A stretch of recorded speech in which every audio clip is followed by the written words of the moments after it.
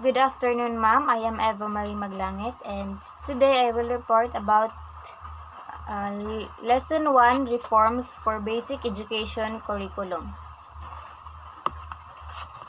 Curriculum designers need to enhance the curriculum and propose curricular innovations to respond to the changing educational landscape in the country as well as in other parts of the globe. So, it is most necessary that as a future curricularist and a teacher, you should be familiar with what is happening and will happen in our curriculum. So, reforms for the basic education curriculum refer to the changes, updates, or improvements made to the educational content, structure, and delivery methods in the foundational levels of schooling. So these reforms aim to enhance the quality of education, better prepare students for future challenges, and align the curriculum with the evolving needs of society. So, next is, there is no substitute for being ready and informed. So, there is no substitute for being ready and informed emphasizes the importance of preparation and knowledge in achieving success or dealing with challenges. So, it implies that being well prepared and informed about the situation or task is essential and cannot be replaced by anything else. Next is, content focus. Curriculum designers need to enhance the recommended curriculum and propose curricular innovations to respond to the changing landscape in education regionally and globally. Okay, so curriculum designers need to enhance need to consider both regional and global perspective when designing and revising curriculum. So, this includes taking into account local educational policies, cultural context, and community needs, as well as aligning the curriculum with international standards, global trends, and cross-cultural competencies to prepare students for a diverse and interconnected world. Okay, next is, are you aware of some curricular reforms in the Philippines and other countries? Republic Act 10533, otherwise known as the Enhanced Basic Education Act of 2013, is the latest educational reform in the Philippine education, signed into law by President Benigno Aquino III last May 15, 2013. So, the Enhanced Basic Education Act of 2013, popularly known as K-12, includes 1 year of kindergarten, 6 years of elementary education, and 6 years of secondary education. The 6-year secondary education includes 4 years of junior high school and 2 years of senior high school. So with K-12, the existing 10 years of basic education is increased to 12 years with kindergarten education as a prerequisite to entry in grade 1. Okay, so why K-12? So, nga naman. So, K-12 makes the Philippine education system at par with the international standard of 12-year basic education, thereby contributing to a better educated society capable of pursuing productive employment, entrepreneurship, or higher education studies. Okay, so the K-12 graduates are also expected to be equipped with 21st century skills like information media and technology skills, learning and innovation skills, effective communication skills, and life and career skills.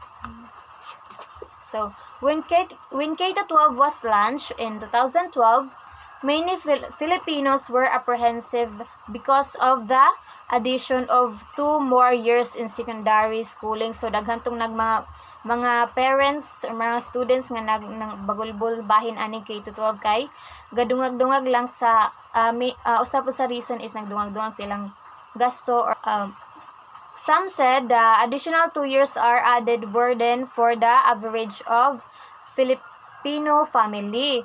So others said the K-12 program is doomed to fail since it does not address the basic problems in education like lack of classrooms, chairs, books, teachers, quality teaching, and many more.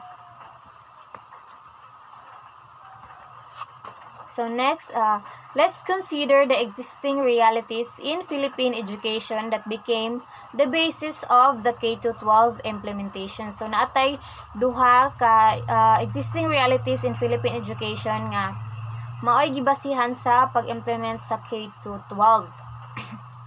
So first is the mastery of basic competence is insufficient due to congested curriculum. So when we say congested curriculum, describes a curriculum that is overcrowded with a large volume of content, topics, or learning objectives, leaving little time for in-depth exploration, practice, and mastery of concepts. So, muna siya reason nga nung gi-implement ng K-12. The table below presents the national achievement test results of fourth-year students in mathematics and science.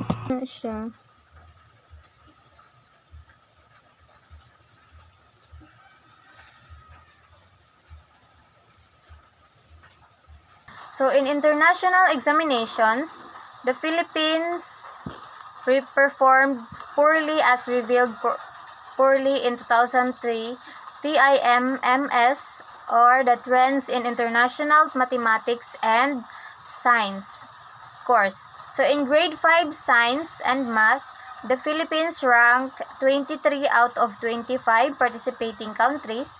In high school science, the Philippines ranked 43 out of 46, and in math ranked 34 out of 38. So, even with the science high school participating in the advanced mathematics category in 2008 TIMMS, the country's ranking did not improve. So, wala nag-improve ang ranking, no? So, in fact, it ranked the lowest among 10 participating countries. So mo to siya, wala ni-improve ang ilang ranking. And it ranked the lowest among 10 participating countries. Muna siya isa pod ka reason. So now second, the Philippines is the only remaining country in Asia with a 10-year basic education program. So ang Philippines na lang ang country nga na ay 10-year basic education program. So the Philippines is the only country in Asia that has a 10-year basic education program. So, the short duration of the basic education program also puts millions of overseas Filipino workers, especially the professionals and those who intend to study abroad, at a disadvantage. So, graduates of Philippine schools are not automatically recognized as professionals outside the country due to the lack of 2 years in basic education.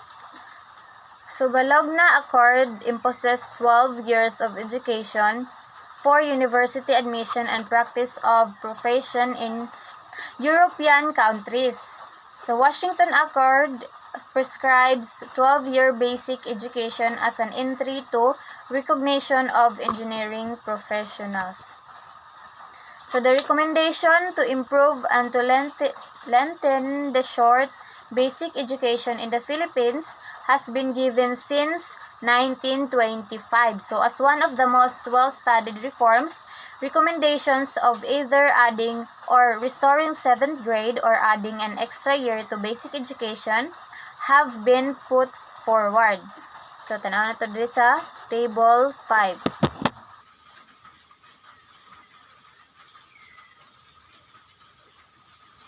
So, makita na to sa Table 5, researchers on Philippine Basic Education Curriculum under recommendation. So, year 1925, Source Monroe Survey. Recommendation, training of graduate students in agriculture, commerce, and industry because secondary education did not prepare students for life. So, year 1949, Source UNESCO Mission Survey. Restoration of grade 7 in primary education. Year 1950, Source Swanson Survey. And sa year 1953, Education Act, revising the primary school system by adding 1 year grade 1 year. So in year 1960, Source Swanson Survey, restoring grade 7 and in primary education. Year 1970, PCSPE, extending secondary education by 1 year to better prepare students who have no plans to take up university education. So, year 1991, EDCOM report, recommendation, retaining the 10-year basic education phase while institutionalizing career counseling in primary and secondary schools in preparation for higher education. Year 1998, Philippines Education Sector Study, World Bank and EDB. Prioritizing students' learning through curricular reforms, the provision of textbooks, the use of the vernacular in lower primary grades, and the institution of a longer basic education cycle. Year 2000, PCER, implementing a compulsory 1-year pre-baccalaureate stage as prerequisite for students interested in enrolling in higher education degree programs. Year 2006, Philippine EFA 2015 National, lengthening the educational cycle by adding 2 years to formal basic education. And year 2008, Action Presidential Task Force on Education, extending pre-university education to a total of 12 years, benchmarking the content of the 11th and 12th years with international programs. So, one frequently asked question raised during the advocacy period for the K-12 curriculum was this: Filipino students can do in 10 years what students in foreign countries do in 12 years. Okay, so Filipino students might be learning the material at a faster rate than students in other countries. So this could be due to a variety of factors such as a more intensive curriculum in the Philippines, stronger foundation skills, or different teaching methods. So a number of our Filipino graduates who went through 10 years of basic education excel in studies as well as in their place of work abroad. So why add 2 years more? So, nga naman mag-add pag 2 years. So, for as long as the international standards is 12 years of basic education, that will remain to be the standard and will apply to all including brilliant and exceptional Filipino students and graduates. In fact, there are cases where our Filipino scholars with master's degrees who have to enroll in additional master's subjects before being allowed to pursue their doctorate degrees applied for. So, why the additional master's subjects? So, the reason is given in the short 10-year basic education in the Philippines. So, in other words, the Philippines has no choice but to comply with the 12-year basic education. So in the first place, this has been a consistent recommendation of past surveys done on the Philippine educational system. So next is the employability of Filipino high school graduates. So the K-12 curriculum prepares the students for the world of work, middle-level skills development, entrepreneurship, and college education. So as early as grade 7 and grade 8, the student is made to explore at least 8 subjects in the 4 areas of technology and livelihood education, or the TLE, namely home economics, ICT, industrial arts, and agricultural and fishery arts. So in grade 10 and grade 12, the student is supposed to have obtained a national certificate NC level 2 from TESDA. NC1 and NC2 make a grade 12 graduate employable. So the short duration of basic education in the Philippines resulted to 15-year-old graduates who are not legally employable. With the implementation of the K-12, the graduates of senior high is 18 years old who is legally employable. Activity 1, na siya question diri. So, are the existing realities enough justification for the implementation of K-12? Why and why not? So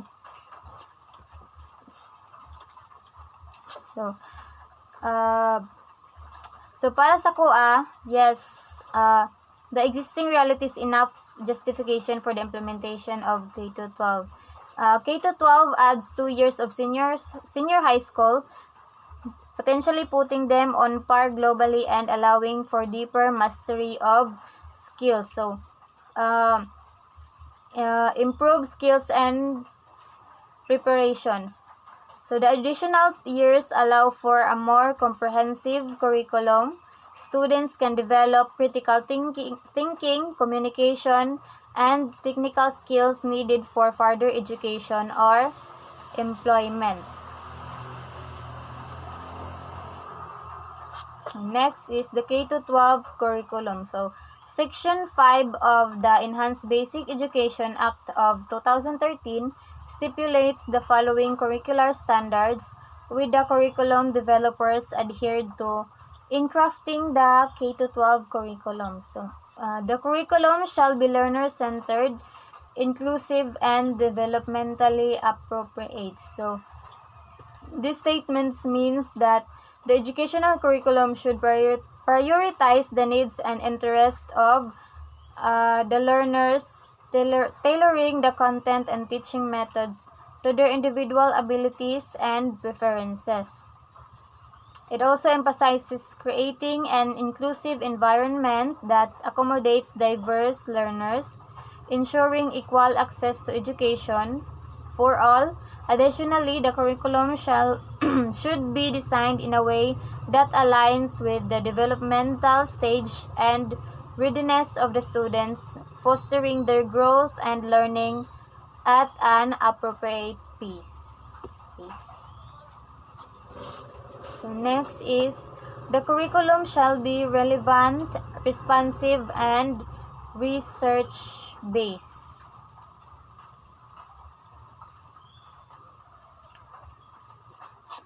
So this statement indicates that the curriculum should be up to date, address the current trends, challenges, and real-world applications to enhance its relevance and practicality for students.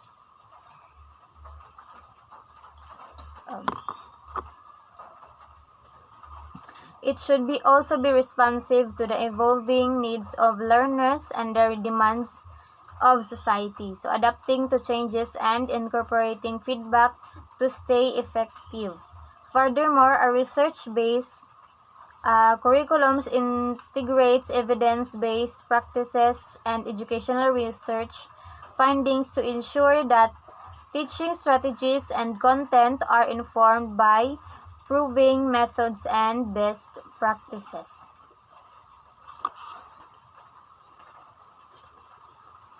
So next is the curriculum shall be culture sensitive. So sabot ani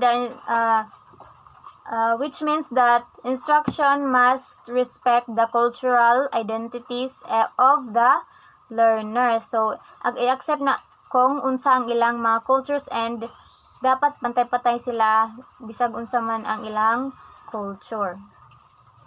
So next is the curriculum shall be contextualized and global. So the curriculum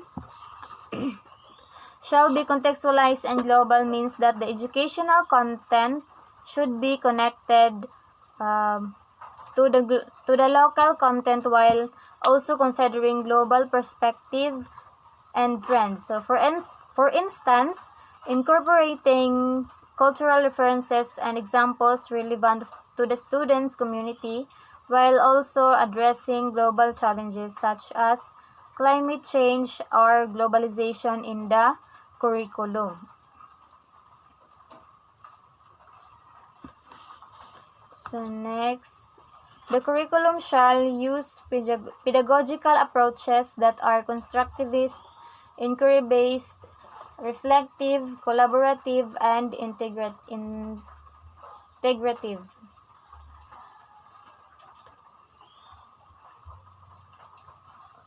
Okay, so the curriculum shall use pedagogical approaches that are constructivist, inquiry-based, reflective, collaborative, differentiated, and integrative. Constructivist views learners as active constructors of meaningful knowledge. So inquiry-based learning puts a premium on questioning, investigating, proving, explaining, predicting, and establishing connection of evidence. So reflective learning provides opportunities for learners to reflect on what and why they need to learn and how to go about it.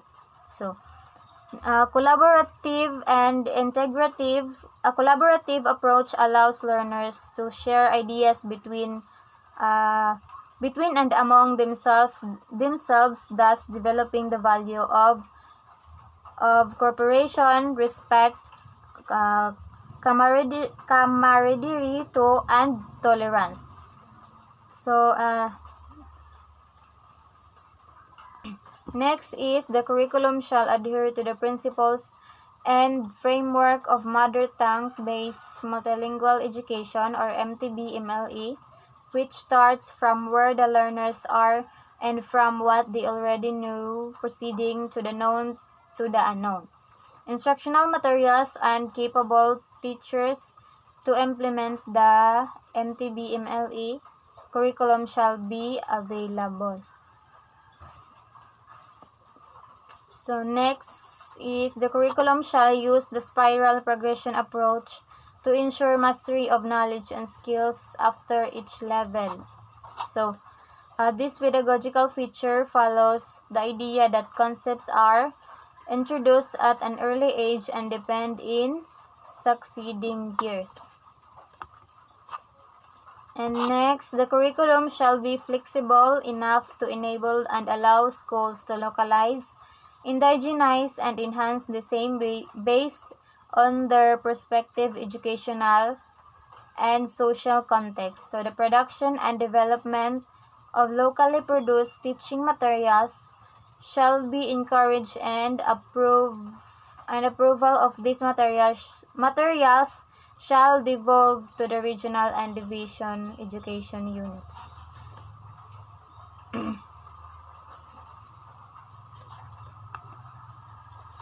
So next is the core curriculum. So below are the learning areas comprising the core curriculum. The description is based on the DepEd Memorandum Order 13 Series of 2013.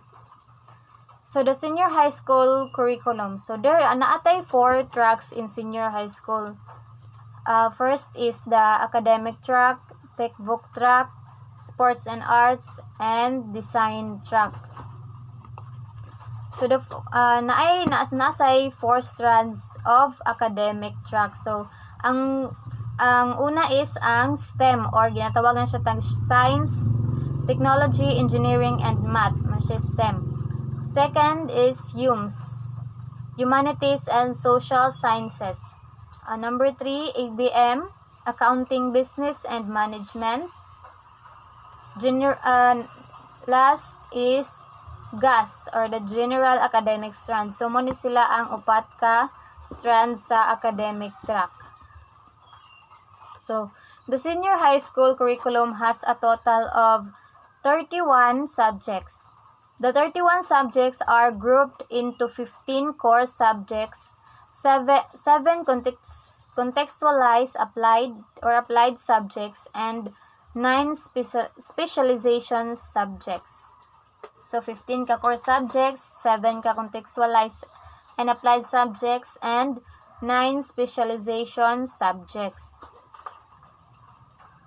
So the following are the core subjects to be taken by all students regardless of track. So there are also common subjects for different tracks and the highly specialized courses for each track.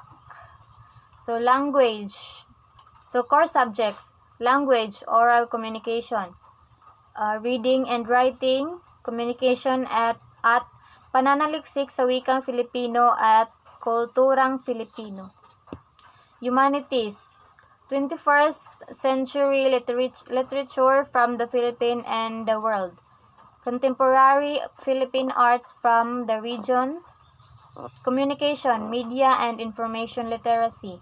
Mathematics, general mathematics, statistics and probability. Sa science is earth and life sciences lecture and laboratory, and physical sciences lecture and laboratory. So next is a social science, personal development and pansariling kaunlaran, understanding society and culture. So philosophy, intro to philosophy of the human person, or pambungad sa filosofiya ng tao. And PE and health, physical education and health. So mao to siya ang mga core subjects. So napunta dire 7 contextualized subjects. So academic track: English for academic and professional purposes. Textbook, sports, arts, and design tracks. English for the professions. Introduction to research methods, quantitative research skills 1. Introduction to research methods, qualitative research skills 2. Filipino course, mga diskurso sa trabaho. ICT for learners, ICT applications. Entrepreneurship. So and last, research project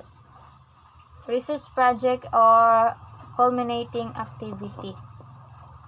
So muna sila ang mga 7 contextualized subject. So other descriptive titles for the 7 contextualized or applied subjects for all the tracks. Number 1, English for academic and professional purposes. Number 2, research in daily life 1. Research in daily life 2. Pagsulat sa Filipino sa piling larangan. Entrepreneurship, empowerment technology or e-tech. ICT for professional tracks, and research project or culminating activity. So the next is the specialization subjects, academic track, ABM. First, applied economics. Second, business ethics and social responsibility. Fundamentals of accountancy, business and management 1. Fundamentals of accountancy, business and management 1. Business math, business finance, organization and management, principles of marketing, work immersion, or research, career advocacy, or culminating. So next is specialization academic track STEM. First is pre-calculus, basic calculus, second basic calculus, third general biology 1, fourth general biology 2, fifth general physics 1, number 6 general physics 2, number 7 general chemistry 1, number 8 general chemistry 2. Number 9, work immersion, research, career advocacy, or culminating activity. Next is the specialization academic track CUMS. Creative writing, creative nonfiction, the literacy essay, world religions and belief systems, trends, networks, and critical thinking in the 21st century, Philippine politics and governance, community engagement, social participation and citizenship, disciplines and ideas in the social sciences, disciplines and ideas in the applied sciences, and work immersion, research or career advocacy, or culminating activity. Next is the specialization academic track or general track academic. First, humanities 1, second humanities 2, third social sciences 1, fourth applied economics, fifth organization and management, sixth disaster readiness and risk reduction, 7 elective 1 from any track and strand ni siya. Number 8 elective 2, same as elective 1 from any track or strands. Number 9 work immersion, research, career advocacy, or culminating activity. So next is specialization sports. First, safety and first aid. Second, human movement. Third, fundamentals of coaching. Fourth, sports officiating and activity management. Fifth, fitness, sports and recreation leaderships. Number 6, psychosocial aspects of sports and exercise. 7, fitness teaching and exercise programming. 8, practicum in campus. Number 9, work immersion, research, career advocacy, or culminating activity. So last is specialization arts and design. So introduction to applied arts and design production, introduction to performing arts, understanding in elements and principles of the different arts, working environment in various arts fields, developing a Filipino identity in the arts, leadership and management in different arts fields. Number 7 and 8, and apprenticeship and exploration of different arts fields, production and performing music, dance, and theater. And 9, apprenticeship and exploration of different arts, design, production, or media arts, visual arts, and literacy arts. And that's all